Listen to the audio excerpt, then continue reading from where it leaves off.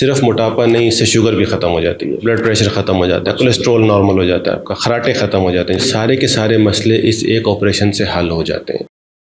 मोटापा ख़त्म करने के लिए जो सर्जरी आजकल इंट्रोड्यूस हुई हुई है, सर एक तो ये बताएं कि लोग हमारे यहाँ बहुत रिलक्टेंट हैं इस सर्जरी के लिए, और क्या वाकई ही मोटापा ख़त्म करने के लिए हमारे पास कोई सर्जरी है, और अगर है तो उसका फ़ायदा क्या है और नुकसान क्या है? काफ़ी वास्ट टॉपिक है और बड़े ओपन क्वेश्चंस हैं ये। मोटापा ख़त्म करने के लिए यकीनन सर्जरी मौजूद है और पूरी दुनिया में हो रही है। मैं तकरीबन कोई 4-4.5 ऑपरेशन कर चुका हूँ इस मोटापे की सर्जरी के। पाकिस्तान में यस, बैरेटिक सर्जरी बोलते हैं इसको। बेसिकली ये बैरेटिक एंड मेटाबॉलिक सर्जरी है। सिर्फ मोटापा नहीं, इससे शुगर भी ख़त्म हो जाती है, अच्छा, ब्लड प्रेशर ख़त्म हो जाता है, कोलेस्ट्रॉल नॉर्मल हो जाता है आपका, खराटे ख़त्म हो जाते हैं, जिसे हम ऑब्स्ट्रक्टिव स्लीप एपनिया कहते हैं।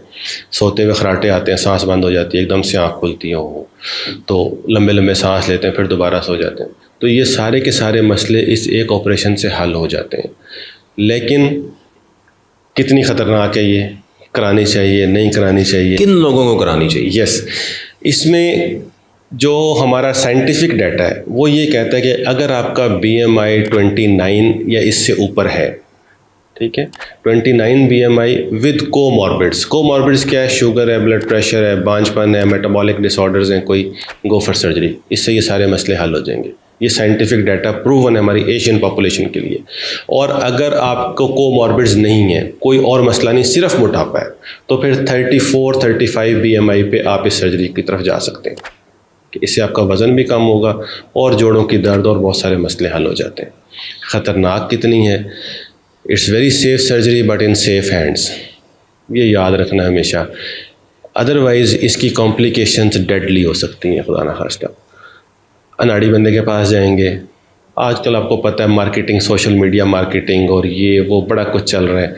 मैं किसी को ये नहीं कह रहा कोई हल्का सर्जन है, कोई अच्छा सर्जन है, लेकिन खुद सर्च करना है, देखना है कि इस बंदे सर एक मेडिकल प्रोफेशनल तो चले वो कहीं ना कहीं से पता कर ही लेगा। एक जो आम आदमी है जिसका वो उसके लिए हर डॉक्टर ही बराबर है, उसको कैसे ये स्क्रीन करना चाहिए कि मुझे फ़लाँ बंदे के पास जाना है? आप अगर नेट पे सर्च करें ना तो आपको पूरी हिस्ट्री आती है सबकी कि ये बंदा कितने अरसे से काम कर रहा है। बिलीव यू मी, ऐसे भी डॉक्टर हैं जो हमें एक बार देख के गए हैं कि जी मैंने एक दिन जितने ऑपरेशन करने थे किए, 4-5 ऑपरेशन, और उन डॉक्टर साहब ने देखे और जाके बोर्ड लगा दिया कि जी मैं भी बैरिएट्रिक सर्जन हूँ। यस, ठीक है। तो इसलिए प्लीज़ थोड़ा सर्च कर लें। सर सर्च तो आपकी फॉल्स भी हो सकती है। इंटरनेट पे आप कुछ भी लिख दें, मतलब कि मैं अपने बारे में जो लिख दूँ। सेकंड ओपिनियन, मैं हमेशा सेकंड ओपिनियन ज़रूर लें।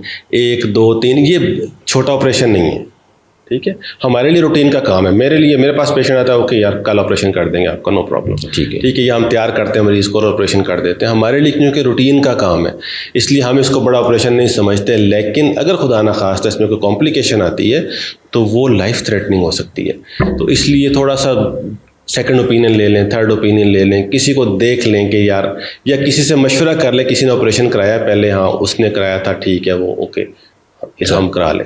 तो मेरा ख्याल है इसमें ज़रूर सर्च करें, ऐसे नहीं किसी के पास चले जाएं। सर कॉम्प्लिकेशंस क्या क्या हो सकती हैं सर्जन के एंड पे भी और पेशेंट के एंड पे भी? सर्जरी बहुत अच्छी हुई है उसके बावजूद भी कॉम्प्लिकेशंस हो सकती हैं? बिल्कुल हो सकती हैं। मैं हमेशा अपने पेशेंट से कहता हूँ कि एक होता है एक्सीडेंट, जिसको ना आप एंटिसिपेट कर सकते हैं कि होने वाला है, ना रोक सकते हैं उसको, ठीक है, वो तो कहीं भी किसी के साथ भी हो सकता है। लेकिन इसकी जो कॉम्प्लिकेशन हैं वो 2 तरह की हैं, ब्लीड एंड लीक।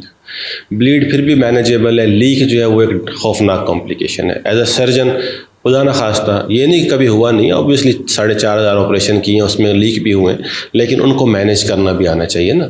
एक बंदे ने किए 4-5 ऑपरेशन, उनमें से एक लीक हो गया, वो उसके तो हाथ पांव, उसको तो समझ ही नहीं आएगी ना कि करना क्या है। अब मैंने 4,500 ऑपरेशन किए, उनमें से लीक भी हुए, अल्लाह का शुक्र है मैनेज किए हैं उनको।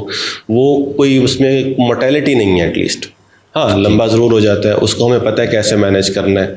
मेरी बल्कि डिस्कशंस भी होती रहती हैं। जब इस तरह का केस आता है तो फिर हम सारे ऑन बोर्ड करते हैं सर्जन्स को, पूरी दुनिया के सर्जन मेरे साथ हैं जिनसे हम मशवरे करते हैं कि भी क्या करना है, तो वो अल्लाह का शुक्र है मैनेज हो जाते हैं। सर ये तो हो गई सर्जन के एंड पे, पेशेंट के एंड पे क्या क्या कॉम्प्लिकेशन? पेशेंट क्या कर सकता है आपके साथ? जी सर, मैं हमेशा अपना डाइट प्लान देता हूँ और पेशेंट को पहले बताते हैं कि ये पोस्ट ऑपरेटिव डाइट प्लान है, इसको आपने स्ट्रिक्टली फॉलो करना है, इसको फॉलो ना किया तो कुछ भी हो सकता है, उसकी रिस्पॉन्सिबिलिटी हमारी नहीं होगी। पहले 3 दिन प्योर लिक्विड्स पे रखते हैं हम। बाज़ औक़ात पेशेंट अपनी मर्ज़ी से कोई चीज़ खा लेते हैं 3 दिन में, या पहले 7 दिनों में, 15 दिनों में सेमी सॉलिड पे रखते हैं हम।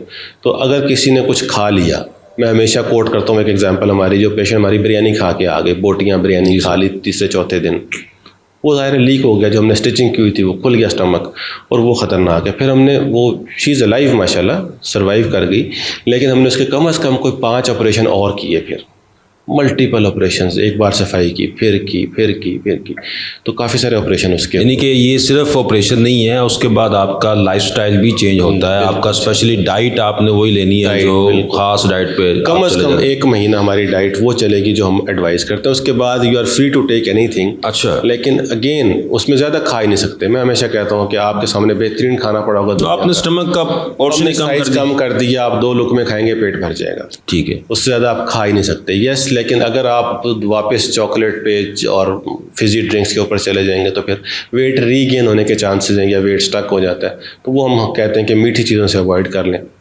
सर, बहुत शुक्रिया सर, थैंक यू।